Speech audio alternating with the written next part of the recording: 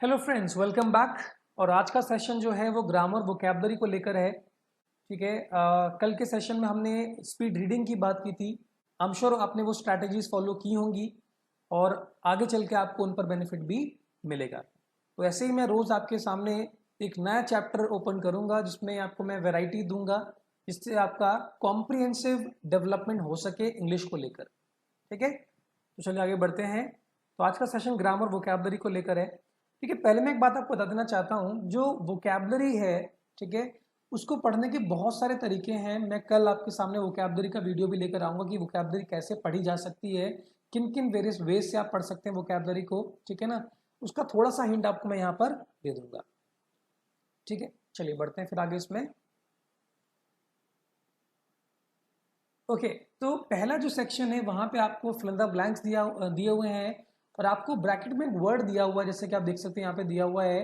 तो यहाँ पे आपको, है ना, इसका जो भी करेक्ट फॉर्म है ना, वो आपको इसमें यूज करना है उस सेंटेंस के अकॉर्डिंग। तो पढ़ते सेंटेंस का लिखा हुआ है, this year winter is rather mild in dash with the last one when temperature fail below 30 degree. ठीक है, तो सबसे पहले समझते हैं कि कंपेयर कितने फॉर्म से हो सकता है। एक तो कंपेयर वर्ड हो गया, दूसरा कंपेयर्ड हो गया, उसके बाद में कंपेयरिंग हो गया, ठीक है, उसके बाद में कंपैरिजन हो गया। ठीक है, ये सारे आपके वर्ड हो जाते हैं जो कंपेयर से आप बना सकते हैं। इसमें पहले जो 3 वर्ड हैं, ठीक है, वो है वर्ब। ठीक है, ये जो पहले 3 आपके सामने दिखे हुए हैं ये वर्ब हैं और कंपैरिजन जो है वो नाउन है। ठीक है, तो यहां से हमको पहली बात तो उस वर्ड के जितने फॉर्म एग्जिस्ट करते हैं वो हमारे सामने आ गए। ठीक है, कंपेयर क्या होगा, कंपेयर जो होगा उसको बोलेंगे first form of the verb. ठीक है, कंपेयर जो है वो first form of the verb है, कंपेयर जो है वो ईडी उसमें लगा हुआ है, तो ये आपका हो जाता है सेकंड फॉर्म या थर्ड फॉर्म, और आईएनजी जो हो गया आपका ये फोर्थ फॉर्म हो गया। ठीक है, या फिर कह सकते हैं इसको कंटिन्यूअस फॉर्म का वर्ब हो गया। और कंपैरिजन कैसे बचा, तो लास्ट में लगा हुआ है SON, तो SON लगा होगा तो पक्का ये नाउन है, मेरे को यहां से नजर आ गया। अब इनमें से कौन सा यूज करना है, तो आंसर है कि हमको जो ये वर्ड लिखा मिल रहा है इन, और इसके बाद में जो वर्ड मिल रहा है विद, इन दोनों से, है ना, हमको इन्फॉर्मेशन मिलती है कि हम यहाँ क्या यूज कर सकते हैं। और दोनों ही क्या है, दोनों ही प्रेपोजिशंस हैं। ठीक है, अब प्रेपोजिशन के पहले और प्रेपोजिशन के, है ना, बाद में। ठीक है, पहले और बाद में। ठीक है, क्या यूज होना चाहिए, तो आंसर है भी प्रेपोजिशन के पहले, मतलब मान लीजिए मैं सिर्फ प्रेपोजिशन वर्ड का इस्तेमाल कर रहा हूं, तो प्रेपोजिशन के सिर्फ पहले, अगर पहले ये प्रेपोजिशन नहीं लिखा हुआ है तो मैं वर्ब का इस्तेमाल कर सकता हूं। ठीक है, लेकिन अगर 2 प्रेपोजिशन यूज करें आपने तो उसके बीच में क्या आना चाहिए, तो आंसर है उसके बीच में आपको सिर्फ और सिर्फ नाउन का इस्तेमाल करना चाहिए। ठीक है, यहाँ पे आपको नाउन का इस्तेमाल करना चाहिए और यही यहाँ पे करना है, तो उसका सही आंसर बनेगा कंपैरिजन। तो क्या हो जाएगा, इन कंपैरिजन विद हो जाएगा। ठीक है, ये पूरा जो फ्रेज बन रहा है वो बन रहा है इन कंपैरिजन विद। ठीक है, माने माने तुलना करना। ओके, आगे बढ़ते हैं। सेकेंड है all the dash of the hotel had been evacuated before the fire spread out. तो ये भी समझ लेते हैं। तो एक तो वर्ड हो गया रिसाइड, ठीक है, उसके बाद वर्ड हो गया रेसिडेंस, ठीक है, उसका वर्ड हो गया रेसिडेंट।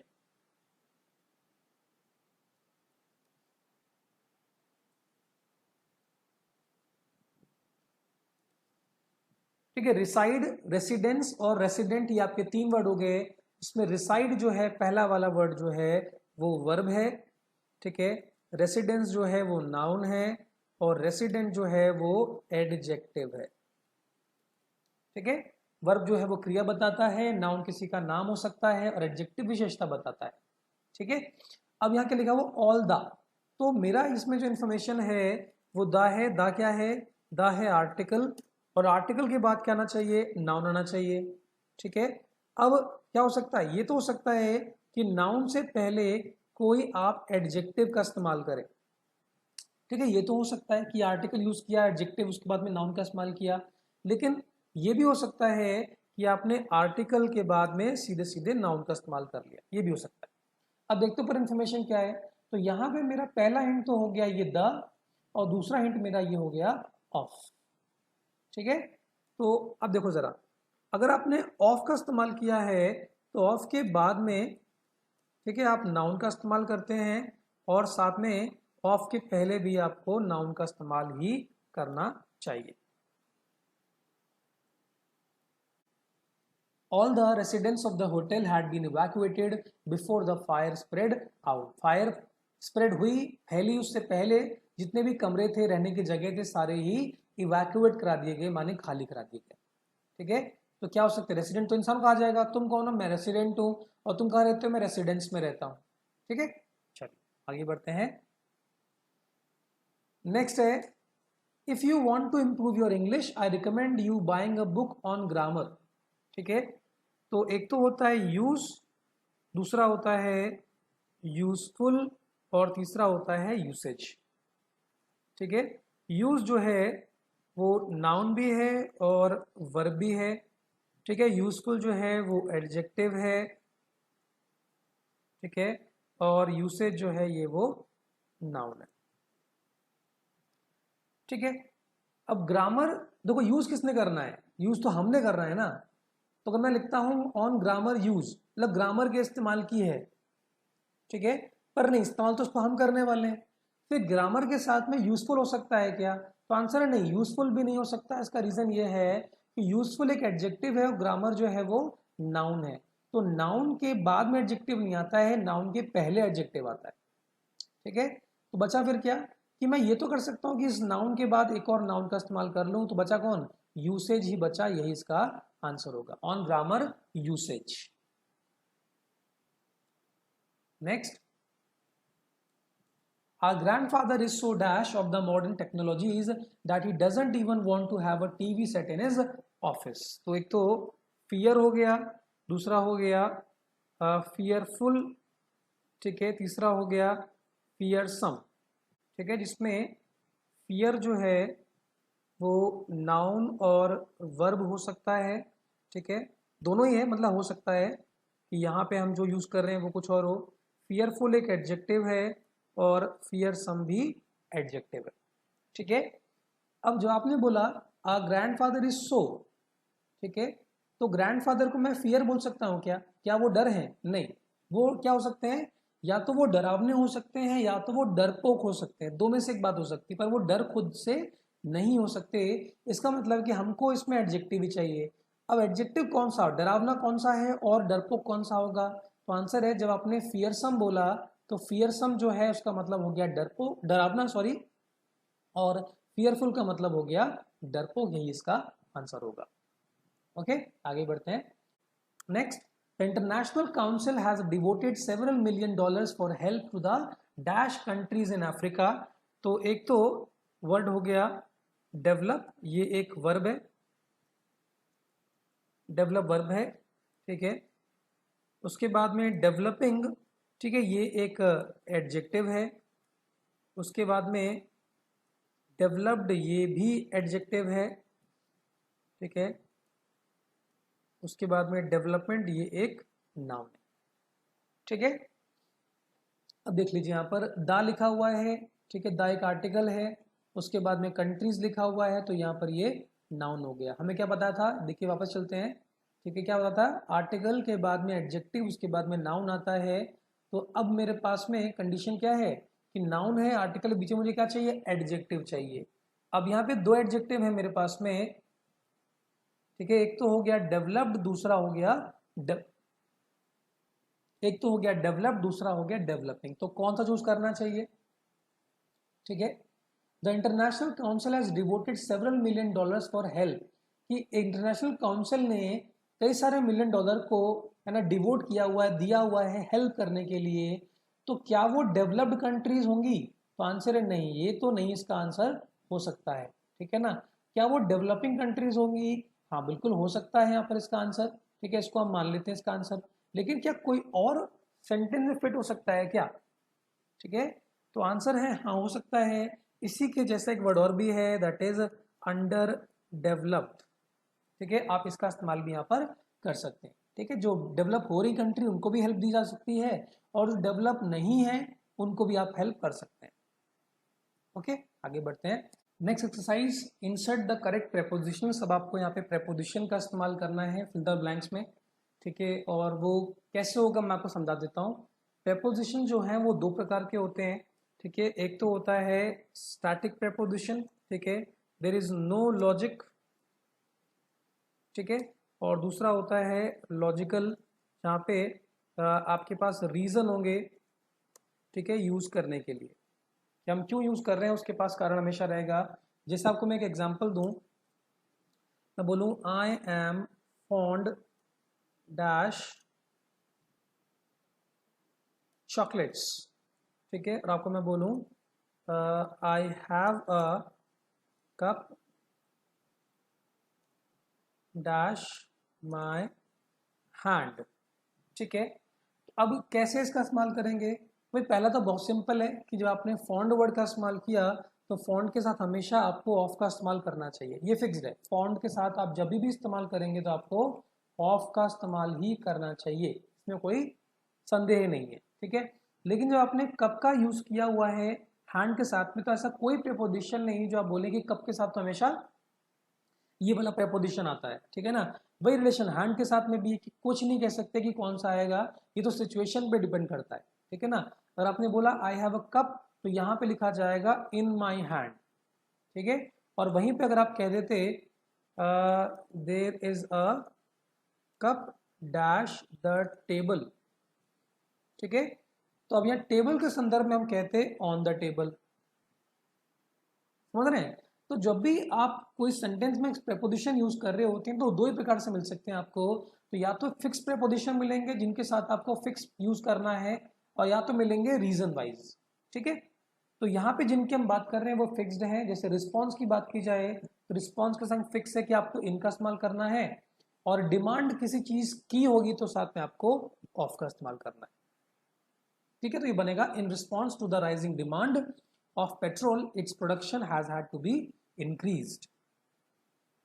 आगे बढ़ते हैं। She said she didn't need any support and that she could arrange everything dash herself. उसने कहा कि उसे सपोर्ट नहीं चाहिए और सारा अरेंजमेंट वो खुद से कर सकती है, स्वयं से। तो यहाँ पे लिखा जाएगा बाय हरसेल्फ, ठीक है, बाय हरसेल्फ यहाँ पे आएगा। आगे बढ़ते हैं। फिर Danny wished his father could stay dash good but the man still had a few months of the military service to do. तो यहाँ पे एक जो है ना आपको चाहिए वो है फॉर गुड, इसका मतलब होता है परमानेंटली,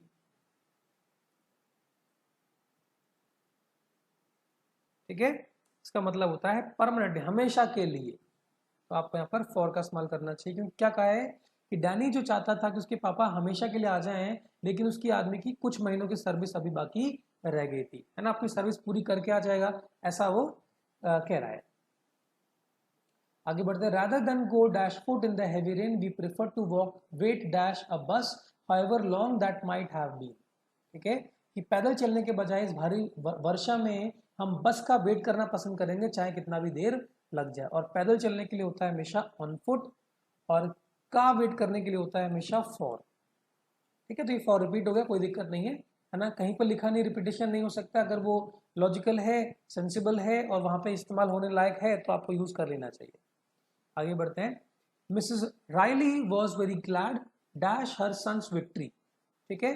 तो ग्लैड क्या है? ग्लैड है अपनी बच्चे की विक्ट्री पर, तो यहां पर भी आपको ऑन का इस्तेमाल ही करना चाहिए, ठीक है। Glad on something, I am glad over भी हो सकता था, ओवर है ऑप्शन में, ओवर ऑप्शन में नहीं है, आप यूज कर सकते हैं ग्लैड ओवर, ठीक है। आगे बढ़ते हैं। अब ये आ गया है तीसरे प्रकार का। यहां पे आपको क्या करना है? Rewrite the sentences using given form so that they retain their original meaning. आपको एक ब्रैकेट में वर्ड दिया गया बोल्ड में, आपको उसका इस्तेमाल करना है, लेकिन सेंटेंस का जो मीनिंग है वो बिल्कुल बदलना नहीं है। देखते हैं पहला क्या है। The building designer doesn't like the idea of a complete reconstruction. आपको अप्रूव वर्ड का इस्तेमाल करना है। तो ये देखो कैसे बनेगा, आप बोलेंगे the building designer did not approve of the idea of a complete reconstruction. ठीक है, ऐसे बनेगा। आपने लाइक को जगह आपने अप्रूव का इस्तेमाल किया तो फर्क क्या पड़ा? आपने लाइक की जगह जब अप्रूव का इस्तेमाल किया तो अप्रूव के साथ में एक एक्स्ट्रा वर्ड भी आ गया, वो है ऑफ। ठीक है, ऐसे आप इसको रिकंस्ट्रक्ट कर सकते हैं। आगे बढ़ते हैं। नेक्स्ट है, we have never visited a more charming place before. We have never visited a more charming place before. अब यहाँ पे आपको नेवर वर्ड का इस्तेमाल करना है, लेकिन नेवर तो पहले इस्तेमाल हो चुका है, फिर क्या करने के लिए बोल रहा है? अब यहाँ पे आपकी ग्रामर की सेंस जो है वो टेस्ट हो जाती है। भाई नेवर एक नेगेटिव एडवर्ब है, तो इसको दो प्रकार से इस्तेमाल कर सकते हैं। पहला जहाँ पे इस्तेमाल हुआ है वहाँ, और दूसरा सेंटेंस की स्टार्टिंग में। ठीक है, तो अब क्या होगा, जैसे आपने सेंटेंस के स्टार्टिंग में नेवर लगाया तो आपको बोलना पड़ेगा नेवर हैव वी। ठीक है, मोर चार्मिंग प्लेस बिफोर। ठीक है, या आप ये भी कर सकते हैं नेवर बिफोर हैव वी, और बाकी सारी बातें बिल्कुल वैसे वैसी लिखी जाए। ठीक है, अब ऐसा क्यों हो रहा है? तो सिंपल रूट बता दूं आपको मैं, एक नेगेटिव, ठीक है, नेगेटिव वर्ड या फिर एक्सप्रेशन ले लीजिए। ठीक है, जैसे क्या हो सकते हैं, नेवर ले लीजिए, है ना, रेयरली ले लीजिए, है ना, सेल्डम ले लीजिए, बेयरली ले लीजिए, नो सूनर ले लीजिए। ठीक है, ऐसे कोई से भी आप ले लीजिए, है ना। क्या होगा जब आपने इनका, ये सब नेगेटिव एक्सप्रेशंस है। ठीक है, तो पहले आपको नेगेटिव का इस्तेमाल करना है स्टार्टिंग में, उसके बाद में आपको हेल्पिंग वर्ब का इस्तेमाल करना है, और उसके बाद में सेंटेंस के सब्जेक्ट को लिखना जो आपने यहाँ पे किया। ठीक है, तो इसमें वी जो था ये था सेंटेंस का सब्जेक्ट। ठीक है, वी यहाँ पे सब्जेक्ट था। हैव जो था वो हेल्पिंग वर्ब था। ठीक है, नेवर जो था वो एडवर्ब था। और ठीक है, एडवर्ब था, और विजिटेड जो था वो मेन वर्ब था। हमने क्या किया, हमने इसको लिखा इस प्रकार से जिसमें पहले तो, है ना, नेगेटिव आ रहा है, उसके बाद में, ठीक है ना, हेल्पिंग वर्ब आ रहा है, उसके बाद में सेंटेंस का सब्जेक्ट आ रहा है, उसके बाद में आपका मेन वर्ब आ रहा है। ठीक है, तो क्या बनेगा, we have never visited a more charming place before. तो हम कह सकते हैं never have I visited, have we visited a more charming place before, या never before have we visited a more charming place. आगे बढ़ते हैं। नेक्स्ट, अब आपको यहाँ पे नॉलेज वर्ड का इस्तेमाल करना है। My new assistant knows a lot about anaesthetist, sorry, my new assistant knows a lot about anaesthetics.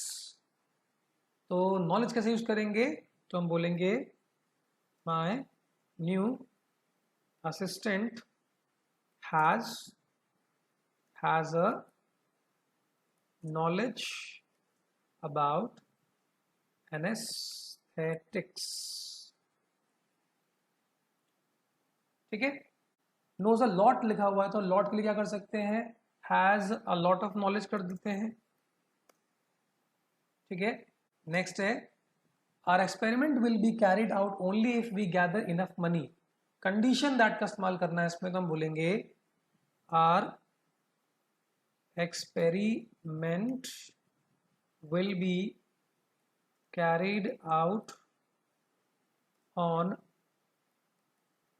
Condition that we gather, condition, हाँ, कंडीशन गैदर इनफ मनी। ठीक है यार, experiment will be carried out on condition that we gather enough money. तो out only if की जगह आपने इस्तेमाल कर लिया है ऑन कंडीशन दैट। तो यहाँ पे आपको सिर्फ कंडीशन दैट मिला था, लेकिन साथ में आपको ऑन का इस्तेमाल भी करना चाहिए। आगे बढ़ेंगे। नेक्स्ट है, we haven't contacted each other for several months. तो बढ़ते लिखते हैं इसको, क्या बनेगा, we are not in touch with each other for several months। ठीक है, तो यहाँ पे कॉन्टैक्टेड की जगह, है ना, आपने यूज किया हुआ है इन टच विद, ठीक है, आपने 3 वर्ड का इस्तेमाल किया है, we are not in touch with each other for several months. Okay, आगे बढ़ते हैं। नेक्स्ट, अब आपको है ना 4 ऑप्शन में से एक यूज करना है, ठीक है। Mrs Hurston was in deep dash after her husband's unexpected deaths. तो क्या होगा वो, इन डीप। अब यहाँ पे ये जो लिखा हुआ है ना, इसको बोलते हैं कोलोकेशन ऑफ वर्ड्स, ठीक है, माने शब्दों को एक साथ में रखना। जैसे आपने पहले भी देखा, ठीक है, तो टच सिर्फ लिखा हुआ था, लेकिन टच के अकेले यूज करने से बात बनेगी नहीं, आपको ये तीनों वर्ड साथ में यूज करने पड़ेंगे, इन टच विद। आप यहाँ पे देखा था कंडीशन के संग ऑन का इस्तेमाल करना पड़ा था, ठीक है ना। आप यहाँ पे देखा था कि मैंने है ना अप्रूव के समय ऑफ का इस्तेमाल किया था। इसी को बोलते हैं कोलोकेशन ऑफ वर्ड, जो आपको यहाँ पर भी करना होगा, ठीक है। Regret, grief, lament and disturbance, कौन सा यूज करेंगे इसमें? तो यहाँ पे हस्बैंड की अनएक्सपेक्टेड डेथ हुई है, तो बहुत ज्यादा वो है ना दुख में होगी, तो यहाँ पे हो जाएगा इन डीप के साथ में ग्रीफ, ठीक है, इन डीप ग्रीफ होगा। लेमेंट पछतावा हो गया, रिग्रेट पछतावा हो गया, डिस्टर्बेंस हो सकता था, लेकिन इन डीप के साथ में सिर्फ ग्रीफ वर्ड का इस्तेमाल करेंगे। ओके, आगे बढ़ते हैं। Next, the Martins have confirmed their strong dash to charity actions by donating a lump sum of money again, compliance, reliance, assignment and commitment, ठीक है। कॉम्प्लायंस के साथ में बता दूं आपको मैं, आपको विद का इस्तेमाल करना होता है, रिलायंस के साथ भी विद का इस्तेमाल करना होता है, ठीक है। इस वजह से है ना इसमें से आप कोई यूज नहीं कर सकते। अब बचा गया असाइनमेंट का, मतलब आप जानते ही हैं, जैसे मैंने कल आपको एक पैसेज दिया सॉल्व करने के लिए, तो वो आपके लिए क्या बना, असाइनमेंट बन गया। और कमिटमेंट का मतलब होता है आप खुद के साथ में कितना ज्यादा सीरियस हैं इस बात को लेकर कि मैं अपने लक्ष्य तक पहुंचना चाहता हूं, ठीक है ना। तो स्ट्रॉन्ग कमिटमेंट यहाँ पे मुझे लगता है ये वर्ड होना चाहिए, ठीक है। बाकी ये 2 वर्ड तो नहीं हो सकते, इनको मैं रेड में कर देता हूँ, ठीक है। तो इसका आंसर हो जाएगा commitment, strong commitment. Next, third, the other party has raised a number of dash to the reforms in the tax system. क्या होना चाहिए, दूसरी पार्टी ने क्या रेज किया होगा, प्रॉब्लम्स रेज की होंगी, ऑब्जेक्शंस रेज की होंगी, डिफिकल्टीज रेज की होंगी, या कंप्लेंट्स रेज की होंगी। ध्यान रखना अदर पार्टी की बात हो रही है, ठीक है। टैक्स सिस्टम की बात हो रही है और रिफॉर्म्स की बात हो रही है, तो क्या होना चाहिए, तो मेरे समझ से इसमें आंसर आना चाहिए ऑब्जेक्शन, ठीक है, ऑब्जेक्शन रेज किए होंगे। Next, fourth, my older brother is extremely fond of astronomy. देखिए फॉन्ड क्या लिखा हुआ है, ऑफ लिखा हुआ है ना। He seems to dash a lot of pleasure from observing the stars. He seem to dash, मेरा बड़ा भाई जो है उसको एस्ट्रोनॉमी में बड़ा इंटरेस्ट है ना। He seems to dash a lot of pleasure, वो प्लेजर उसको बड़ा आता है स्टार्स को देखने से। तो क्या होना चाहिए, डिराइव माने ऑब्टेन करना, है ना, कुछ प्राप्त करना, पोजेस माने हासिल करना, अधिकार होना, सीज माने जब्त करना, रीच माने पहुंचना। तो क्या होना चाहिए, ही सीम्स टू डैश, अब ये भी फिक्स फ्रेज है, he seems to drive a lot of pleasure, ये इसका आंसर बन जाएगा। पढ़ते हैं आगे। Next, 5, I can accept criticism in general but George really dash it too far, so I had no other option but to show my disapproval. Carried, push, put और made. Really carried it too far, really pushed it too far, put it too far और made it too फार। तो फिर से यहाँ पे fix phrase है, तो push यहाँ पे लगा लीजिएगा कि क्रिटिसिज्म मैं एक्सेप्ट नहीं करता हूँ, I can accept criticism in general, है ना, मुझे क्रिटिसिज्म देने में कोई प्रॉब्लम नहीं है, लेकिन जॉर्ज ने क्या किया, उसको जबरन आगे तक खींचा जिससे मेरा डिसअप्रूवल आ गया, ठीक है। तो पुश जो है इसमें आपको फोर्स नजर आ जाएगा इसके यूज में, तो है ना आपको ये यूज करना चाहिए। आगे बढ़ते हैं, अगला है, अब आपको है ना रिप्लेस करना है बोल्ड एडजेक्टिव को। ये जो वर्ड दे रखे हैं ब्लैक में, ये बोल्ड एडजेक्टिव है, आपको चूज करना है इनमें से ही कोई, ठीक है। तो पहला बताइए इसमें, पहला मतलब यहाँ पे देखिए, this is not a wise decision. तो वाइज का मीनिंग रखने वाला कौन सा वर्ड हो सकता है, जेन्युइन है, जुडिशियस है, प्रेजवर्दी है, ग्रेसफुल है, ऑर्डिनरी है, प्रिसाइज है, हॉरिबल है, पेनफुल है, पजल्ड है, या फिर इनोसेंट है, ठीक है। तो वाइज का मतलब होता है अक्लमंदी से यूज किया हुआ, तो यहां पे इसका आंसर हो जाएगा जुडिशियस। आगे बढ़ते हैं, एलिगेंट का मतलब होता है बड़े विनम्र स्वभाव से, अच्छे ढंग से, ठीक है। Mark was charmed by the girls elegant move, है ना, बड़े ना कुम्हलाए हुए आप कह सकते हैं, तो कुम्हलाने के लिए आप या एलिगेंट के लिए इस्तेमाल कर सकते हैं ग्रेसफुल का, ठीक है ना। ग्रेस वर्ड वैसे भी हमेशा महिलाओं के लिए इस्तेमाल होता है और यहाँ गर्ल वर्ड यूज किया हुआ है, तो ये बेहतर विकल्प बनेगा। आगे बढ़ते हैं। This is nothing new, it's just a usual transistor radio. Usual के लिए क्या इस्तेमाल करेंगे आप इसमें, जेन्युइन तो हो नहीं सकता, बाकी जुडिशियस प्रेज वर्दी तो हमने इस्तेमाल पहले से कर लिए हैं, तो बचा इसमें बाकियों में से ऑर्डिनरी ही इसका आंसर हो सकता था। फिर our academy admits only people with real interest in art, real माने सच्चा, तो सच्चा के लिए इसमें जेन्युइन वर्ड दे रखा है, आपको ये यूज करना चाहिए। नेक्स्ट फिर है the bitter feeling of having been deserted by his closest friends made Stanley leave the city forever. ठीक है, बिटर फीलिंग है, कैसी फीलिंग होनी चाहिए बताइए, है ना, प्रिसाइज, पेनफुल, प्रेज वर्दी तो पॉजिटिव वर्ड है ना, ये तो हो नहीं सकते हैं। ग्रेसफुल भी हो चुका है, हटा देते हैं इसको भी। पजल्ड माने कंफ्यूज होना होता है, हॉरिबल माने बुरी फीलिंग होती है, पेनफुल माने दुखदाई। ठीक है, तो मुझे लगता है तीसरे में बिटर का इस्तेमाल करते हैं, लेकिन अभी हॉरिबल को भी हमें नोटिस करना है। आगे देखते हैं।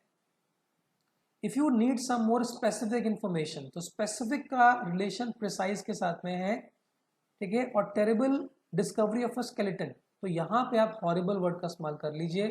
तो फिर पेनफुल कहां जाएगा, पेनफुल आपका बिटर के साथ में आ जाएगा।